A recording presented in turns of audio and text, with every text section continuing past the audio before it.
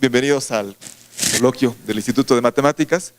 Hoy tenemos el gusto de tener con nosotros a Luis Benet, del Instituto de Ciencias Físicas de la UNAM en Cuernavaca, y especialista Luis de dinámica no lineal, y nos va a hablar en esta ocasión de la localización del anillo F de Saturno. Muchas gracias, Luis. Pues muchas gracias, primero que nada, Adolfo, por la invitación. Es realmente un honor andar por aquí, es preciosísimo, ¿no? No sé cómo enfatizarlo sin exagerar el auditorio, está realmente precioso. Me encantaría no tener transparencias y usar el pizarrón. Tengo que primero, disculparme porque toda la plática está escrita en inglés, imagino que eso no es problema. Tengo que avisarles que soy físico, entonces, a pesar de que la colaboración, de hecho, involucra a Ángel Yorba, que sí es matemático, no físico,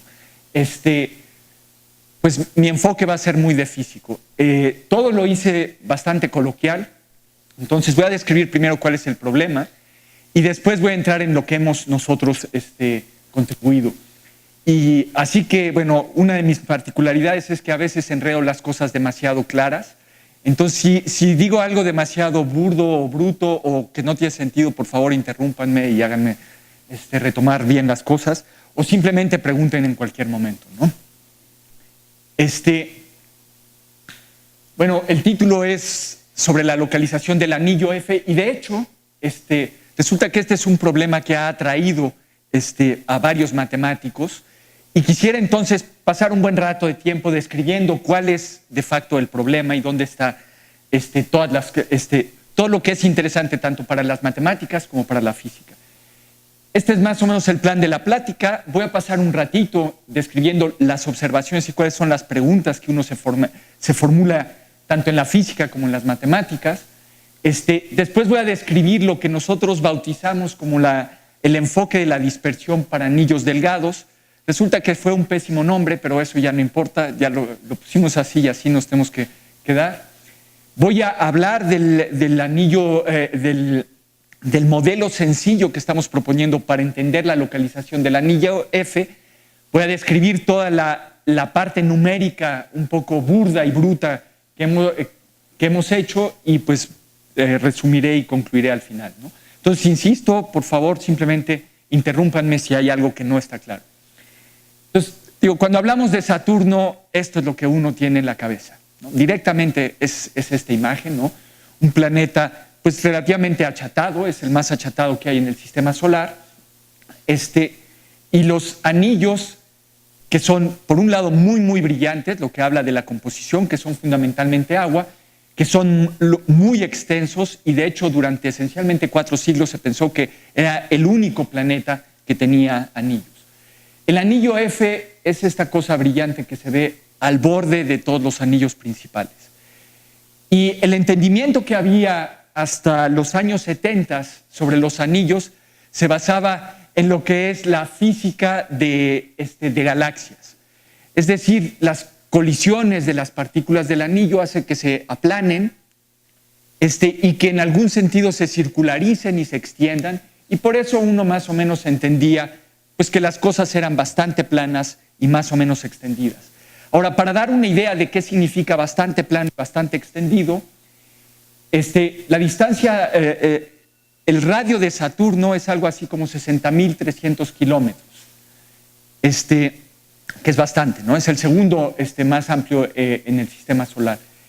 El radio al que llegan el semieje mayor máximo de los anillos es algo así como 140.000 kilómetros, poquito menos. La altura que ocupan, ¿no? La máxima anchura que tienen es algo así como 200 metros.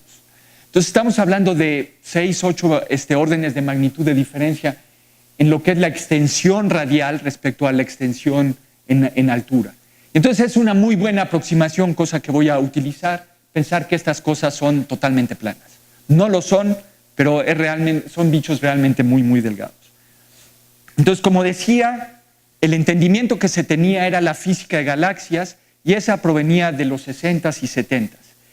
Y justo en los 70s, por ahí del 77, si quieren un experimento, más bien unas mediciones que hicieron unos astrónomos en Australia, preciosas desde mi punto de vista, se descubrieron por primera vez los anillos de Urano. Urano también tiene anillos, resulta que Neptuno y Júpiter. Y el experimento o la observación consistía en lo siguiente, es un poco como esta fotografía. Se treparon en el avión y empezaron a seguir una estrella que iba a ser ocultada por el planeta. Toda la iluminación que se ve aquí es de hecho el Sol y es una especie de eclipse falso en el que se posicionó Cassini para tener el contraste en esta fotografía. Entonces lo que notaron, lo que querían medir era cómo se veía la atmósfera de Urano, pero lo que empezaron a medir es que había como que absorciones mucho antes de donde estaba localizado Urano. Y esas absorciones ocurrían antes del ocultamiento y de hecho después del ocultamiento. Eran muy, muy estrechas.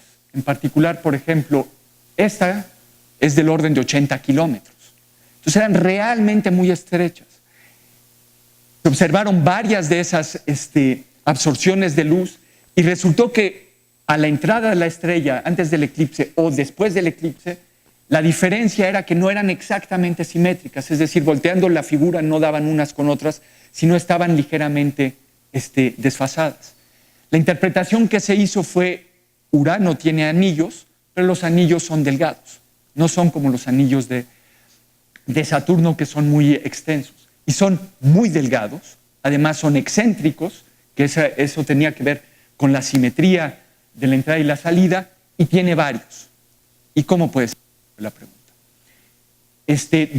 Esto fue alrededor del 77 y dos astrónomos, Peter Goldreich y Scott Remain, propusieron una teoría y es que debería existir dos lunitas, una adentro y otra afuera del anillo, que en algún sentido están jugando un ping-pong gravitacional con las partículas que componen el anillo. Entonces ese ping-pong gravitacional lo que significa es que pues jalo un poquito a la partícula, pero tengo que ceder algo, y lo que estaban cediendo era algo así como momento angular. Y la idea de tener dos es que a veces una jala, a veces la otra jala, y hay algún punto de equilibrio donde los torques producidos por las lunas que se llamaron pastoras se balancean, y es ahí donde se tiene el anillo delgado. La excentricidad del anillo no era clara. No se sabe por qué podía ser excéntrico el anillo. Resulta que, como se ve en esta figura, que está muy, muy claro dónde termina o dónde empieza el anillo. Eso se llama bordes afilados, sharp edges, ¿no? Simplemente bordes muy bien definidos del anillo. Eso no se entiende en el contexto de la teoría de los acercamientos galácticos, ya que las colisiones deberían de desparramarlo un poquito por todos sitios, y en particular circularizarlo. Así que estos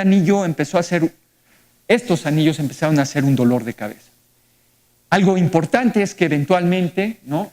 Se descubrió que de hecho sí existían lunas pastoras en el caso del anillo Epsilon de Urano, pero para todos los otros anillos no se ha descubierto nada. Entonces debe haber otro tipo de mecanismo que explique que estén ahí. Cuando el Pioneer pasó por Saturno, resulta que mandó esta fotografía, que era algo que existía más allá, afuera de los anillos principales, un poco más, unos 3,000 kilómetros más allá del anillo A, que es el más externo, y tenía esta forma rara, ¿no? Entonces, por un lado tenía estos grumos, por otro lado tenía estas como que trenzas, de repente parecía que como que todo se estaba entremezclando y eran cosas medio enredadas, y tenía características como los anillos de Urano, es decir, era excéntrico, era delgado, los bordes estaban muy bien delimitados. Entonces, lo importante es que un par de años después, cuando pasó Voyager, y estas no son fotografías del Voyager, pero no importa, encontró precisamente a Prometeo y a Pandora, que son las dos lunas pastoras del anillo F. Entonces, inicialmente el descubrimiento de las lunas pastoras del anillo F fue un éxito para la teoría del pastoreo, ¿no? Predijimos, cosa que ocurre poco en astronomía, y se observó que realmente existían lunas a cada lado del anillo F.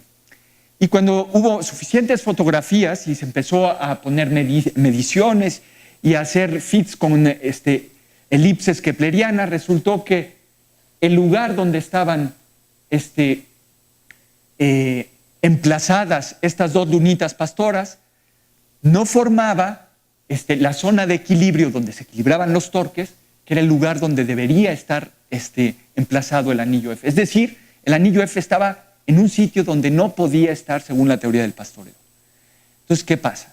¿No? Y nuevamente, insisto, ¿no?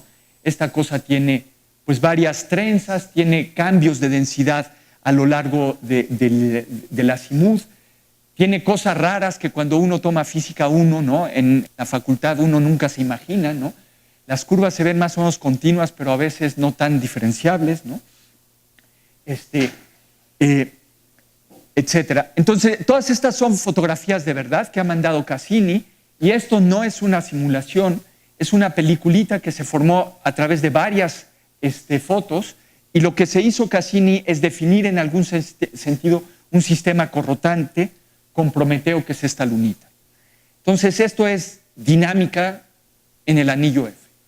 Entonces, de vez en cuando, como Prometeo está en una órbita elíptica, se acerca un poco más al anillo. Aquí la NASA chafeó, ¿no? Y forma una estructura que tiene que ver con canales y como que, en fin, estas estructuras que en inglés se llaman streamers, ¿no? Voy a volverla a poner porque no solo es hermosa, ¿no? Sino creo que habla de dinámica donde uno obtiene cosas de este estilo que se ven en algún sentido no comunes. Entonces es por el movimiento elíptico que a veces se acerca más la Luna al planeta, genera algún tipo de cambio local en el anillo y luego se aleja. Resulta que este fenómeno fue otra vez predicho por los astrónomos unos 5 o 6 años antes de que Cassini empezara a buscarlo, y lo que ellos hicieron, Silvia Giuliatti Winter es una astrónoma en Brasil que estuvo trabajando con Carl Murray, que está en el Queen Mary en Londres. Lo que empezaron a hacer son simplemente simulaciones en el problema restringido de 3 cuerpos, ¿no? Digamos, el problema quizá menos trivial y menos complicado que uno puede formular en el ámbito de mecánica celeste, y notaron que nuevamente, gracias a la excentricidad, se formaban estos canales y estos chorros de partículas que en algún sentido pues, se iban marcando. Entonces creo que, a pesar de que suene raro, ¿no? También en astronomía, que solo es observacional, hay predicciones. Resulta que el detalle del anillo es impresionante, ¿no? Cambia dinámicamente en escalas de tiempo muy rápidas. El periodo de la luna Prometeo, que es la más interna, es de unas 14, 15 horas, más o menos, 14.7 horas. Y los cambios que tanto Prometeo como tal vez Pandora generan en el anillo son impresionantes en la escala de horas, ¿sí? El punto es que escala de horas es muy rápido, es realmente muy, muy rápido. Quizá vale la pena enfatizar que esta cosa la descubrieron los Pioneer y los Voyager por ahí de los 80, en el 84, me parece que fueron las primeras fotografías que mandó el Voyager de este anillo. Lo curioso es que el anillo sigue estando allá 20 años después, o quizá 30 años ya después. Es decir, hay una parte que es localmente muy inestable, que es muy dinámica en escalas de tiempo muy cortas, y sin embargo la estructura global del anillo más o menos se mantiene. Esta es otra peliculita de la NASA, ¿no? Donde se ve literalmente que Prometeo afecta al anillo en algún sentido, y también la acción de Pandora. No es claro si Pandora juega un papel tan determinante o no, pero está demasiado cerca para no hacerlo. Hay muchos resultados en torno a simulaciones numéricas sobre esta región en Saturno, y algunos de esos resultados involucran al movimiento de las lunas pastoras. Entonces, hay quien ha concluido que el movimiento de esas dos lunas pastoras es en algún sentido caótico. Y caótico lo han logrado obtener a través de unos cuantos exponentes de Lyapunov, pero con muy pocas simulaciones numéricas. Este es otra vez un mosaico generado del anillo F a través de un montón de fotografías tomadas por Cassini.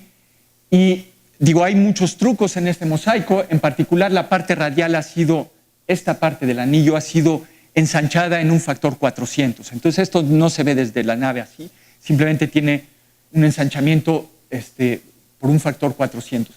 Y se ve que en una escala relativamente pequeña de tiempo, en 2 años, el anillo muestra pues mucha variabilidad dinámica, ¿sí? De repente muestra este tipo de chorros que son espirales que ya van o hacia adentro o hacia afuera, como en este caso. De repente hay chorros que son más bien radiales. En muchos sitios hay como que cambios abruptos en la curvatura. De repente ocurren este tipo de componentes de ventilador, me parece que se llaman, donde se cree que se están formando lunetas pequeñas y que en algún sentido se desintegran. Algo que no mencioné es que la ubicación del anillo F es tal que está justo más afuera de lo que se llama el límite de Gauss. Y el límite de Gauss corresponde al límite donde dos partículas, donde la atracción por Saturno en este caso es mucho mayor que la atracción gravitacional entre dos partículas. Lo que eso en algún sentido significa es que dentro de la región de Gauss, de ese límite de Gauss, uno no puede formar lunas grandes, eventualmente se van a desintegrar por las fuerzas de marea, mientras que afuera sí se pueden formar. Entonces, de hecho, parte del interés en este anillo es que es una especie de laboratorio intrínseco para ver la formación de lunetas u objetos aún más grandes en el contexto de Saturno.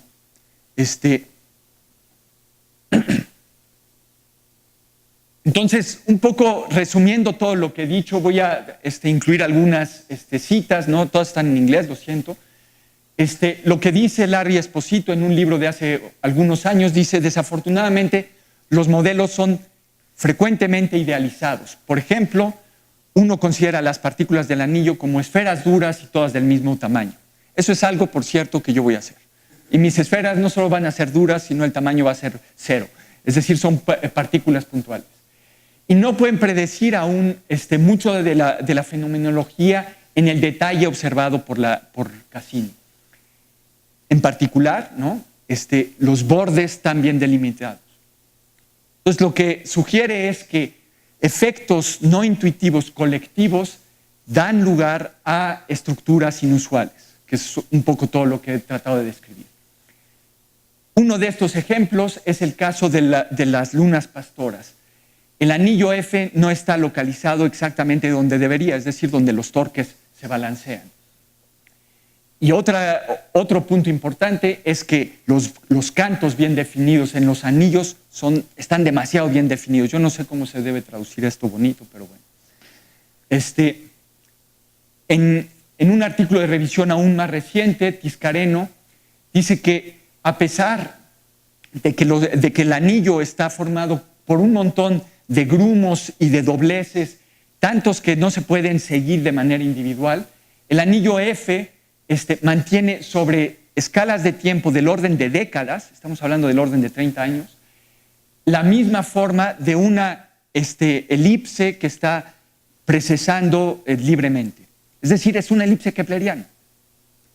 Sin embargo, en escalas del orden de décadas hay variaciones en el tiempo en la parte del núcleo del anillo, que son en la parte interna de esa estructura, que son tan importantes que incluso afectan el polvo que está alrededor.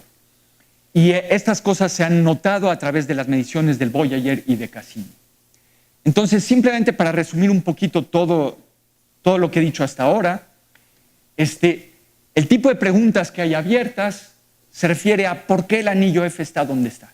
Punto. Tal cual. La localización, que es parte de lo que quiero yo describir. ¿Por qué tiene estos bordes tan bien definidos? ¿Por qué es tan delgado? ¿Por qué es tan excéntrico? ¿Por qué hay muchas componentes? ¿Por qué tiene esos grumos y esos dobleces o de repente esos arcos? Y temas alrededor de la estabilidad dinámica, de su origen, de si son jóvenes o si son viejos, si son pristinos, si son originales o no. Entonces, de todos estos yo voy a hablar un poco sobre la localización. Al principio dije que este de hecho es un problema que ha traído a algunos matemáticos, y la razón es que pues en matemáticas, igual que en física, uno empieza por construir un modelo más o menos simple y trata de ahí de obtener cosas que respondan a estas preguntas. Entonces, uno de esos acercamientos incluye buscar órbitas periódicas, etcétera, etcétera. Entonces, yo no he encontrado. Simplemente voy a decir eso, ¿no? Entonces, bueno, hasta aquí todo era la parte bonita de la NASA. Ahorita sí empieza quizá un poco la parte más rasposa de nuestro trabajo. Entonces, el modelo, lo primero que voy a hacer es describir qué es eso del enfoque de dispersión para anillos planetarios delgados. Digo, si uno quisiera hacer el modelo de Saturno pensando que es simplemente todo el universo posible, uno terminaría con un hamiltoniano más o menos como este. Entonces, por un lado tengo la energía cinética, noten que lo estoy poniendo en el plano, entonces la componente Z me deshago de ella. Uno tiene la interacción gravitacional con Saturno, que es este 1, y este término involucra el achatamiento de Saturno. Entonces, de hecho, este es el primero de esos términos. En principio es una expansión multipolar, pero nosotros nos quedamos con el primer, únicamente con ese término, y esto nos causó unas cuantas canas, o al menos a mí, por la crítica que nos hicieron los astrónomos. Y después es la interacción del resto de las cosas que queramos poner contra ese resto de las cosas. Es decir, de las lunas contra las lunas, de las lunas contra las partículas del anillo, de las partículas del anillo contra las partículas del anillo. Entonces, digo, esto es imposible de tratar. Entonces, lo que vamos a hacer, nada más para mencionar qué tan imposible de tratar es, Saturno tiene del orden de 62, me parece, lunas detectadas, creo que hay 4 que todavía que se han detectado pero no se han confirmado. Entonces, un problema como de 60, en el mejor de los casos 63 cuerpos, todavía es más o menos intratable. Entonces, vamos a hacer 2 aproximaciones que son quizá burdísimas, pero que es simplemente para tener un punto de inicio. Vamos a suponer que no hay interacción entre las partículas del anillo. Es decir, no solo son puntuales, sino además es imposible colisionar, son invisibles entre ellas. Y eso va a simplificar un poco este término. La segunda aproximación tiene que ver con que el anillo en sí no va a influenciar el movimiento de todo lo demás, en particular de Saturno o de sus lunas. Y eso nos va a permitir simplemente escribir un modelo que se ve más o menos así, que es simplemente un problema restringido de n más 1 cuerpos. Saturno lo separo porque es algo particular, entonces es un n más 1 más 1. El 1 es una partícula del anillo y la n es el número de lunas que le queramos poner. Entonces, lo que hasta ahora se sabe es que, digo, en el contexto del problema restringido de 3 cuerpos, poner de hecho de 4 cuerpos, poner a las 2 lunas pastoras, a la partícula del anillo y a Saturno, no genera resultados que logren describir si el anillo F ocurre donde ocurre o no. No hay manera de, bueno, al menos no se ha sabido. Entonces, nosotros vamos a empezar con al menos 5 cuerpos. ¿Qué es eso del enfoque de la dispersión? A diferencia de lo que han hecho hasta ahora los astrónomos, vamos a hacer algo que más bien los físicos, en particular los estadísticos, hacen mucho. Y vamos a empezar con un ensamble de partículas esencialmente puestas más o menos donde debe estar el anillo, pero no necesariamente encima de donde está el anillo, con condiciones iniciales al azar. Entonces, la dinámica la va a dictar ese modelo del problema restringido de n más 1 más 1 cuerpos. Y lo que vamos a hacer es concentrarnos y buscar regiones donde en algún sentido, y quiero enfatizar de que sí buscamos algún sentido, no podemos probar tristemente absolutamente nada, ¿no? Estabilidad. Entonces, estabilidad podría ser este balance de torques o puede ser algo distinto que de hecho todavía no hemos obtenido bien a qué se debe. El punto importante es que no solo hay regiones de estabilidad, sino en algún sentido, hay regiones vecinas de inestabilidad. ¿Y qué hacen estas regiones vecinas de inestabilidad? Simplemente hacen que las partículas escapen de la región entre las lunas pastoras. Entonces, nuestro modelo es brutalmente ingenuo, ¿no? Digo, vamos a jugar canicas en algún sentido, nada más que con un Saturno achatado y varios cuerpos, pero queremos que esas canicas se puedan salir como que del lugar donde estamos jugando y entonces se pierden. Y vamos a buscar aquellas que quedan en algún sentido atrapadas. Y como todo esto se hace en el espacio a fase, vamos a tener que eventualmente proyectar al espacio XY, y eso es donde podemos, o no tal vez, obtener un anillo. Entonces es en esta proyección que vamos a tener anillos. No sé si quedó más o menos claro cuál es la idea. He de decir que, de hecho, esta idea empezó mucho antes en modelitos de billares. Entonces éramos tan burdos que incluso quitábamos a Saturno del asunto, ¿no? Entonces en esos modelitos de billares teníamos simplemente un objeto que estaba rotando y queríamos ver si podíamos atrapar en algún sentido, como he descrito antes, tener algún tipo de estabilidad, partículas que no escapen. Y digo, esta es una caricatura de lo que obtuvimos en ese billarcito. Entonces nos trepábamos nuevamente en un sistema corrotante. Entonces lo que uno tiene que pensar es que esta superficie de Poincaré está siguiendo alguna dirección en el espacio. Y estas dos, la diferencia entre estas dos es simplemente el valor, digamos, de la energía, para no entrar en detalles. Sin embargo, a nivel, creo que voy a quizás abusar de la palabra topológico, la dinámica que da lugar a este tipo de estructura y este tipo de estructura es muy distinta. Aquí tengo un punto fijo que es elíptico y entonces tengo estabilidad cerquita de él, mientras que aquí no tengo ningún punto fijo. De hecho, esto es una herradura de Smith hiperbólica, etcétera, etcétera. El punto al que quiero llegar es simplemente que imaginen qué es lo que, atrás de lo que estamos yendo en este enfoque de dispersión. Si aquí pongo un montón de partículas que estén en algún sentido confinadas por estas variedades, casi todas van a mantenerse atrapadas. Algunas quizás escapen, pero casi todas van a mantenerse atrapadas. Y como este es un sistema corrotante, esas partículas están en algún sentido en una región bien localizada alrededor del planeta. Y si las proyecto, voy a obtener de manera natural un anillo. Entonces, esta es toda la lógica que tuvimos para proponer este enfoque de la dispersión. Si en cambio estamos en esta situación, la probabilidad de llegar a una órbita periódica que existen es 0. Entonces, si busco partículas del anillo atrapadas aquí, nunca voy a encontrarlas, nunca. Mientras que aquí tengo una probabilidad tal vez diminuta, pero distinta de 0 de encontrarlas. Entonces, es en este tipo de regiones en las que estamos buscando cuando metemos a Saturno, achatamos al planeta y le ponemos un montón de lunas. Es este tipo de situación física la que queremos realizar con el hamiltoniano que describí antes. Entonces, unas consecuencias, por ejemplo, de tener o no tener esto. Pues si uno tiene esto, pues estas variedades definen muy claramente una región en el espacio donde puedo tener estabilidad, o quizá no sean estables localmente, ¿no? Quizá el exponente de Lyapunov no es 0, pero el punto es que no pueden escapar. Y esta región puede ser muy chiquita en el espacio, y en ese sentido voy a tener anillos delgados. Si esta región por alguna razón me da lugar a que este punto fijo no tiene que ver con órbitas periódicas circulares, pues voy a tener un anillo elíptico. E insisto, el hecho de que distinguir entre órbitas que estén atrapadas de órbitas que pueden escapar es muy clara, entonces voy a tener los bordes del anillo bien definidos.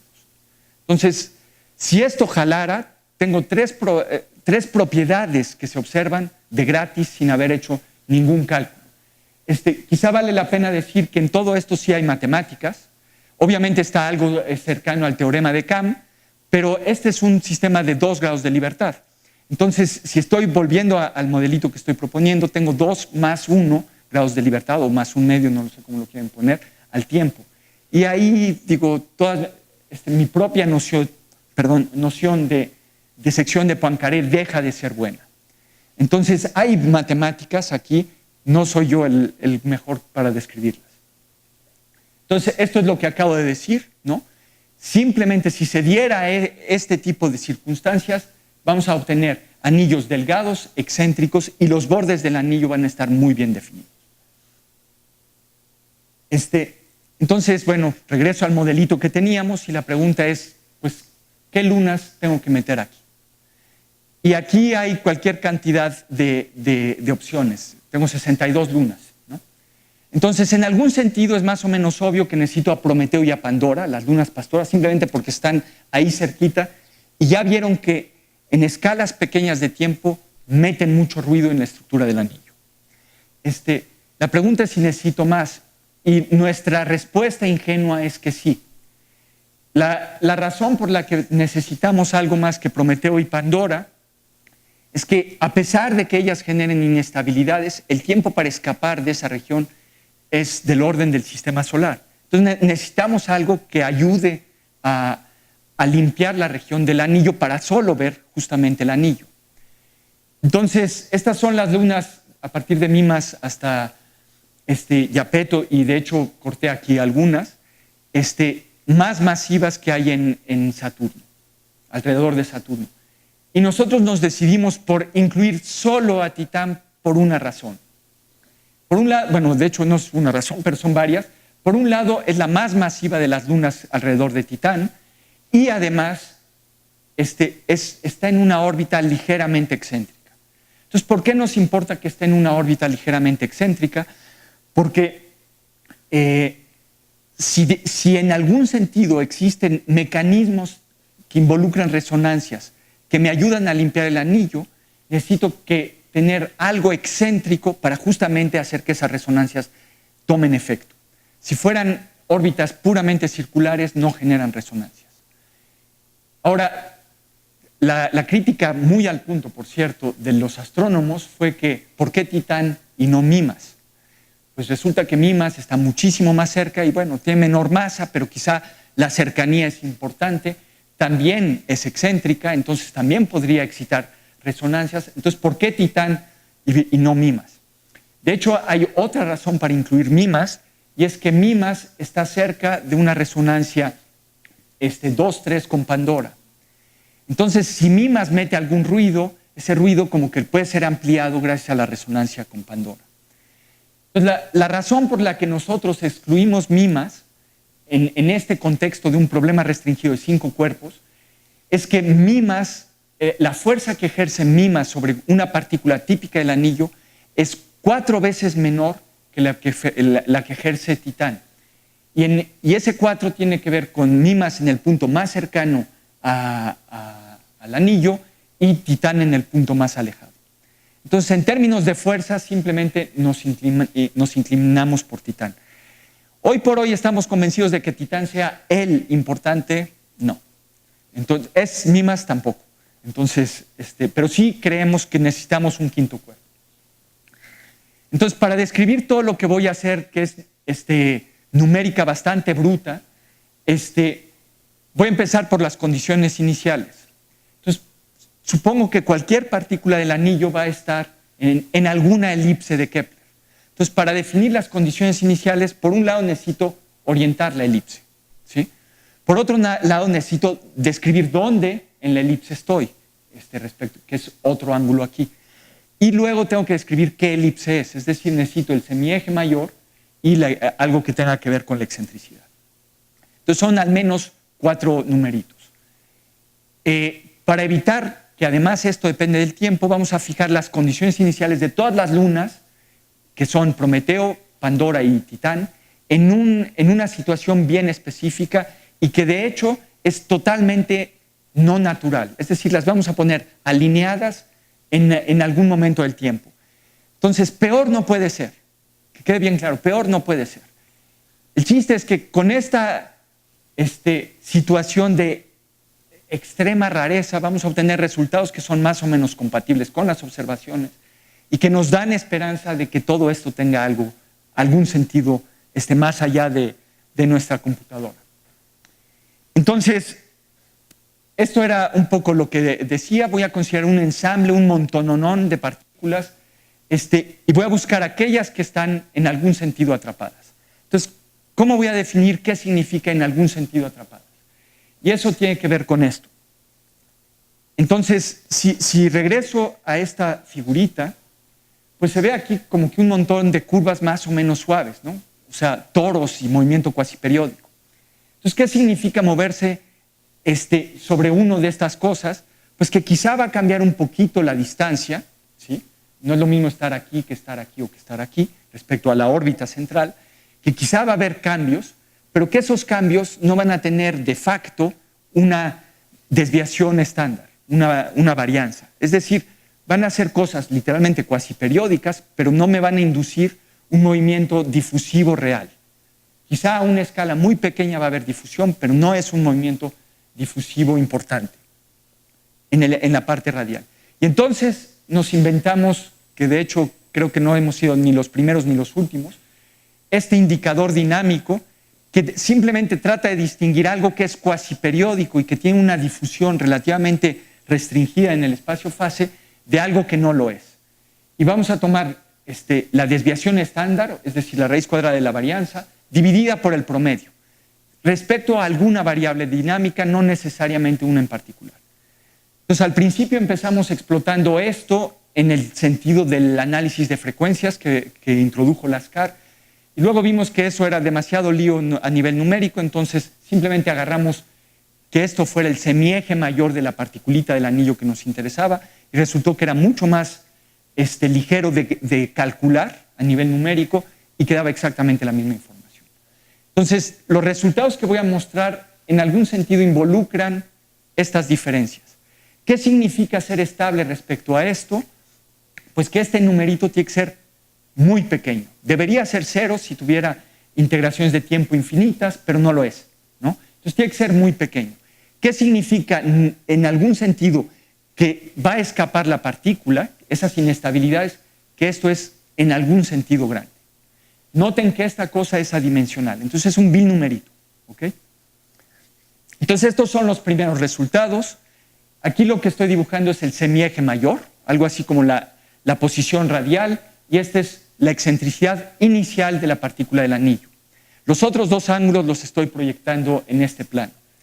Y los colores indican este indicador que estaba describiendo respecto a la frecuencia, es decir, el movimiento promedio de las partículas del anillo.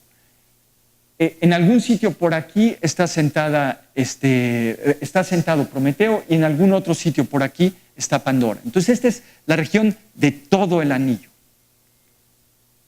En principio cubrimos condiciones iniciales que era cualquier cantidad, era una salvajada, no sé, 4 millones, que es muchísimo menor que infinito, ¿no? 4 millones, pero era suficiente tiempo de cómputo, y las pusimos en cualquier sitio respecto a ese hipercubo, y simplemente las proyectamos. Entonces, todas estas regiones blancas, de hecho, son partículas que literalmente escapan a este tiempo. Entonces, este tiempo son 1.6 millones de periodos de Prometeo, que son algo así como 5 o 6 años, en escalas más o menos reales, ¿no? Y lo que uno ve, si uno considera este indicador dinámico, es que primero hay una región muy ancha, que es toda esta, de partículas que quedan atrapadas. Y esas son malas noticias. ¿Por qué? Porque estoy buscando un anillo delgadito que está en algún sitio por aquí. Chin. Por otro lado, hay algo que indican, y es que existen estas como que, no sé, estos rasguños, donde tengo mucha mayor estabilidad que en otras regiones.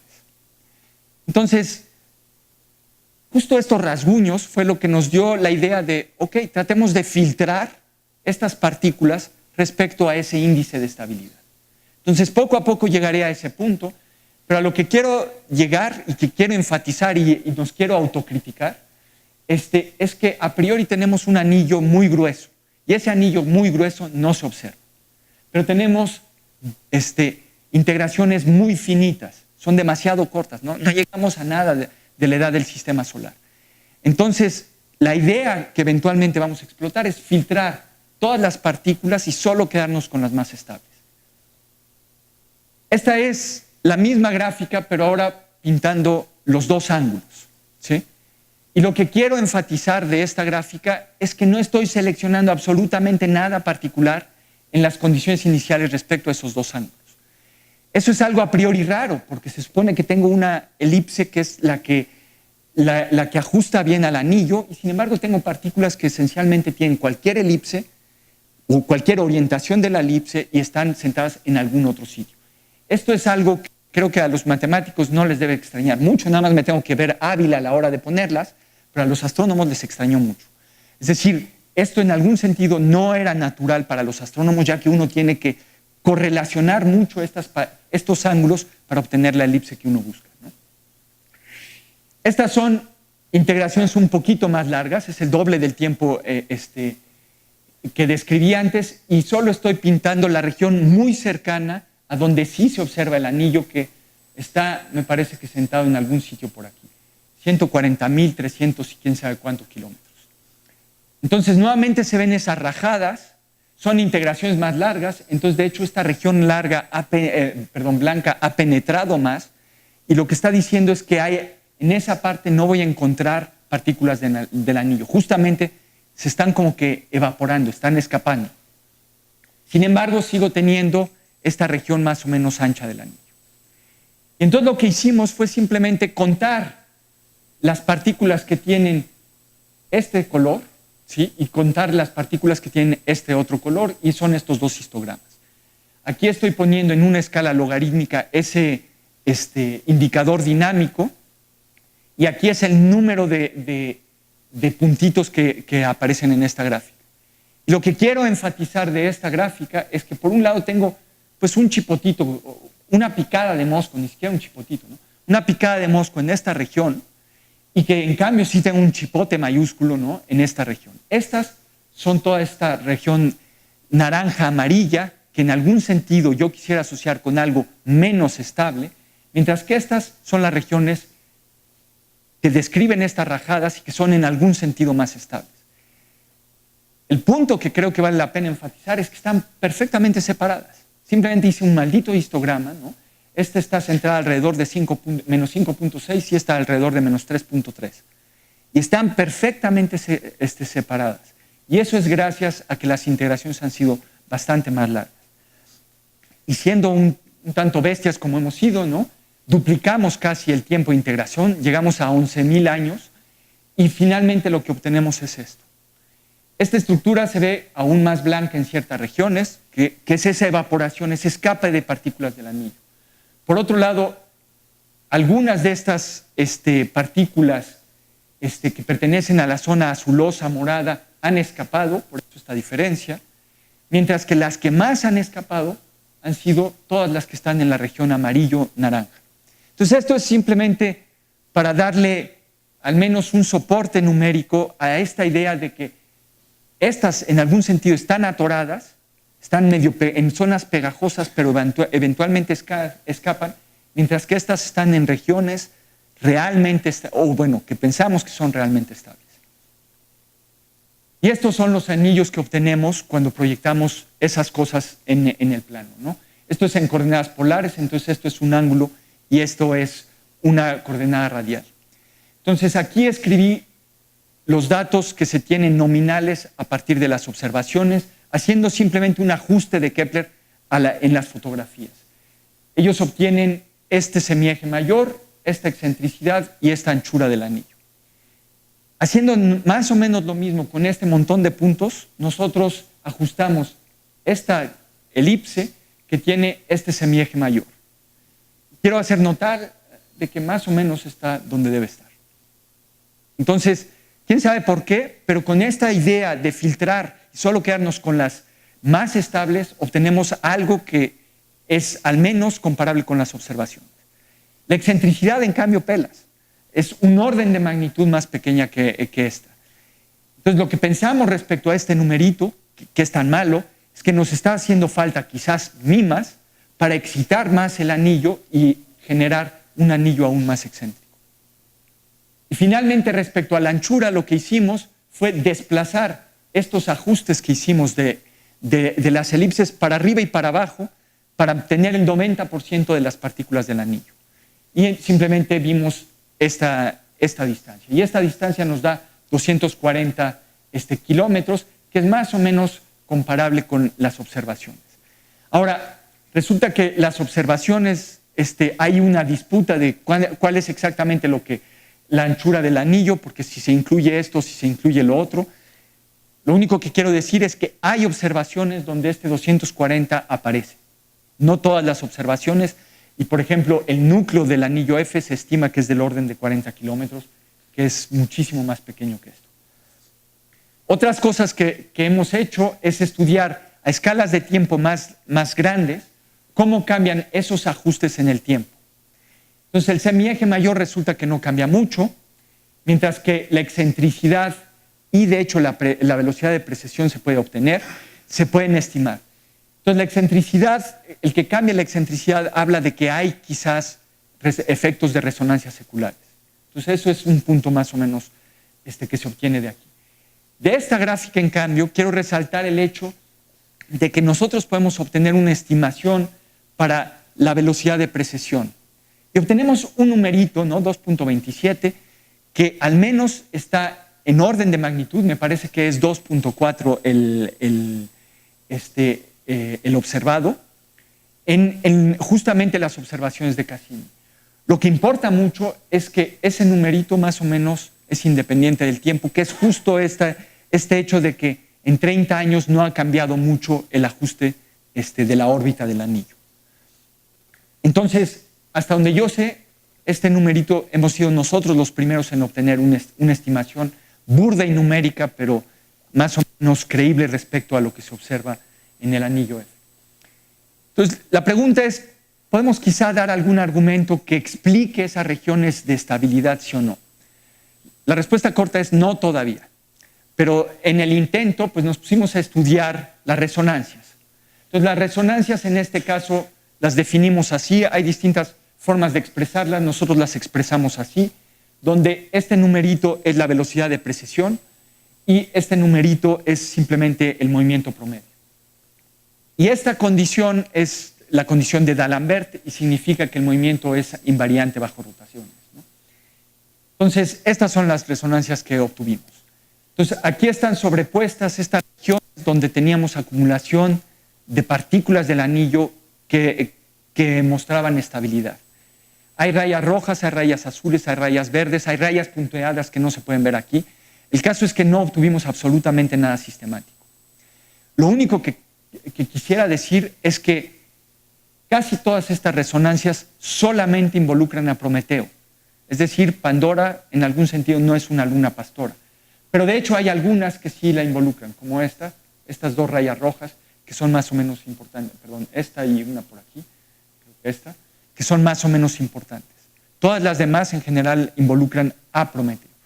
Y Titán, resulta que Titán está también ahí encerrado, pero en resonancias que involucran tanto a Prometeo como a Pandora y Titán. Entonces son resonancias de 3 cuerpos y esas son difíciles de entender. El punto es que ¿sabemos cómo quedan confinadas esas órbitas? No, y no tenemos la más pálida idea. Entonces, creo que estoy más o menos a tiempo. Voy a resumir y voy a describir un poco lo que he dicho, ¿no? Respecto a las conclusiones. Simplemente encontramos un montón de condiciones iniciales que permanecen atrapadas durante 11.000 años alrededor, más bien en una franja muy delgada, más o menos donde está localizado el anillo F.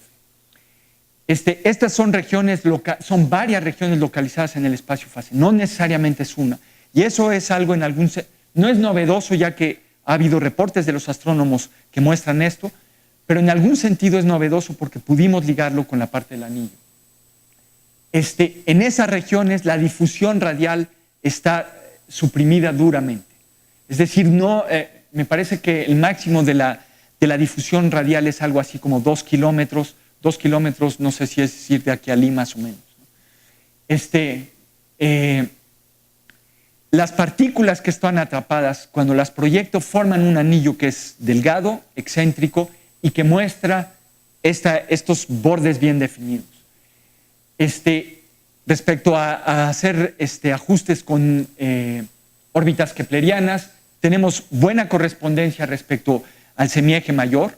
mala respecto a la excentricidad y un estimado que está en un 20% respecto a las observaciones de la velocidad de precesión. Aparentemente las resonancias importantes son las que ligan a Prometeo, pero no son todas y no sabemos cuáles. O sea, sí podemos dar numeritos, pero no sabemos cuándo una resonancia es o no es importante. Titán aparece en algunas de ellas, pero no queda claro cuál es el papel. Y lo único que podemos decir con firmeza del papel de Titán es que en algún sentido ayuda a excitar a las partículas que eventualmente van a escapar y entonces hacer que escapen en menos tiempo. Entonces, quisiera terminar con esta frase que cuando la leí me encantó, ¿no? Brad Smith era el líder del grupo que sacaba las fotografías en el Voyager, y cuando vieron el anillo F, ¿no?, se aventó esto de que las fotografías desafían las leyes de la física. Entonces, Peter Goldreich, que fue la persona que propuso la teoría del pastoreo, o uno de ellos, dijo ese mismo día en la sala de control, donde ya no había reporteros, ¿no?, a alguien: no te preocupes sobre las ecuaciones de Newton, la mayoría de las personas no realizan cuántas soluciones tienen, ¿no? Y creo que eso es muy cierto. Entonces, bueno, con esto termino. Agradezco a Carles Simó y a Alex Luque muchísimas discusiones en Barcelona y, bueno, por ahí dinero que hemos recibido, ¿no? Gracias.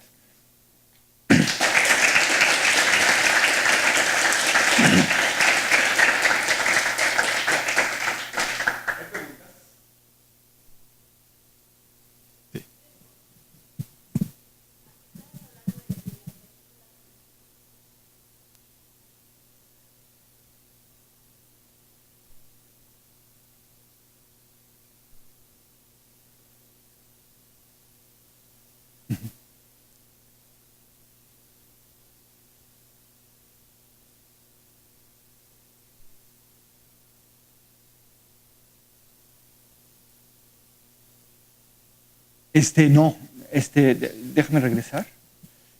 Aquí se puede ver, o quizás mejor aquí. Aquí está Prometeo, y 3,000 kilómetros para allá está el borde del anillo A. Entre medio hay cualquier cantidad de polvo. Entonces, si uno quisiera buscar, como que forzar estos resultados respecto a las observaciones, uno podría decir: todo esto es algo así como una especie de cinturón de polvo, un remanente de polvo. Pero eso sería demasiado truculento y no lo hicimos. Estas cosas no se mueven. O sea, en algún sentido estoy pintando las condiciones iniciales. Entonces, en ese espacio no se mueven. Dinámicamente, las partículas van cambiando muy poco semieje mayor, pero de manera muy correlacionada con la excentricidad, de tal manera que estas cosas se mantienen más o menos estables en integraciones relativamente largas, ¿no?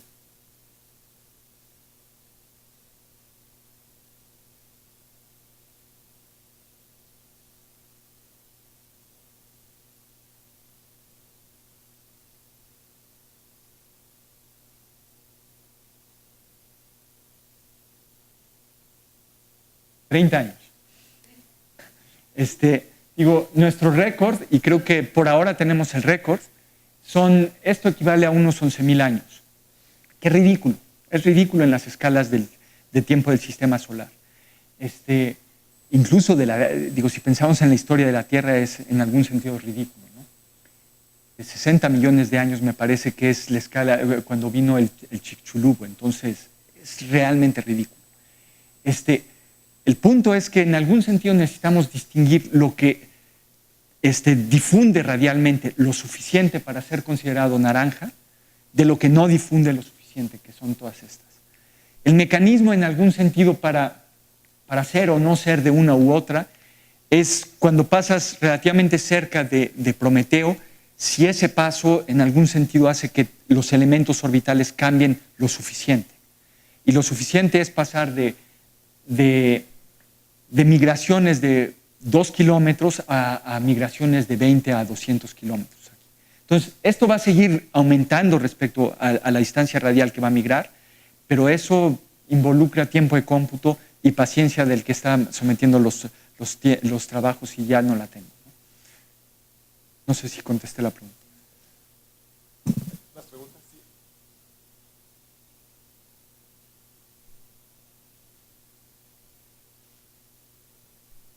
No entendí la pregunta.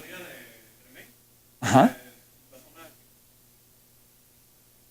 Digo, ahí tiene que ver con el tamaño de las lunas, pero si regreso aquí, ¿no? Me parece que Prometeo es un poco más ligero que Pandora. Entonces, en algún sentido, lo que eso significa es que el anillo no está aquí, sino debería estar un poco cargado hacia acá. Pero ahí no se ve nada. O sea, está en la mitad un poquito más hacia afuera, si quieres. Ahí no hay nada. De hecho, aquí olvidé mencionarlo, estos rasguños que vemos aquí cerca de la región del anillo, también las vemos lejos de la región del anillo. No sabemos ni por qué, y ciertamente ahí no se observa nada de Cassini no ha observado ningún anillo que haya por ahí. Entonces debe haber algo que haga que estas regiones en algún sentido desaparezcan, y nuevamente eso podría ser Nimas.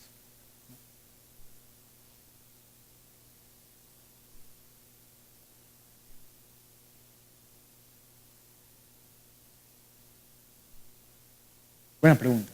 No lo sé.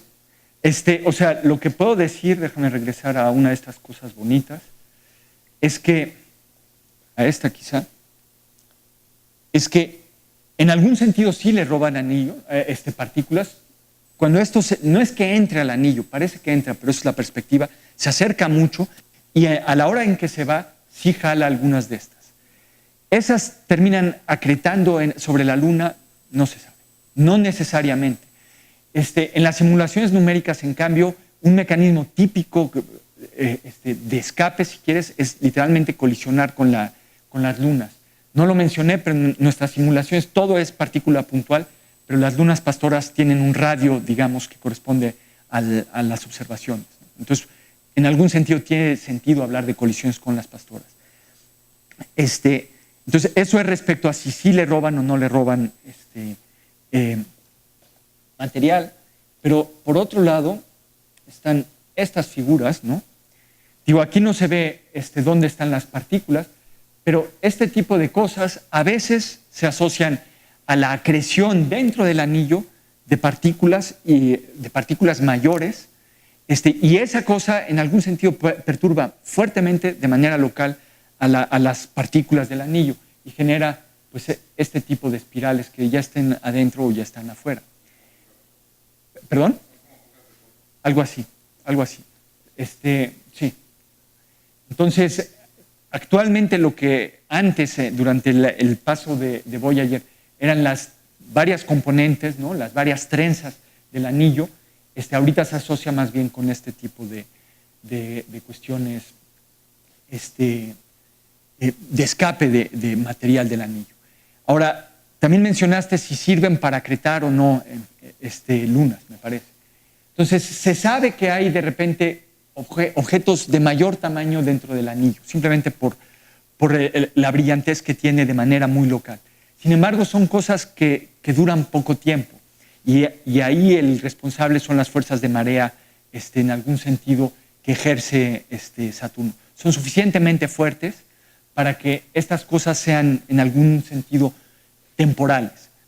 Sin embargo, hay estudios numéricos, modelos otra vez, que en algún sitio por aquí está el límite de Roche, que es donde deja de ser importante las fuerzas de marea y es la autogravedad la que importa. Que dice que justo el anillo F es como que un punto literalmente fronterizo, ¿no?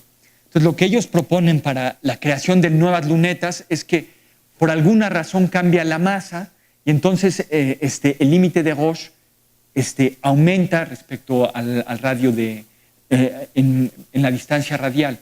Es decir, como que hay zonas donde había lunetas que se desintegran y pasan a ser parte del anillo. Pero de repente se retrae y entonces esas cosas acretan cuerpos de tamaño que a priori empiezan a migrar hacia afuera.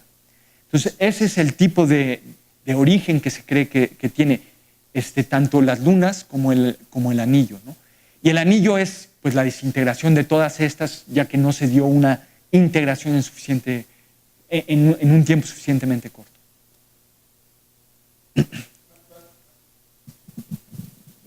Bueno, pues muchas gracias, Luis, y los invitamos, que tenemos una botana acá afuera para seguir platicando.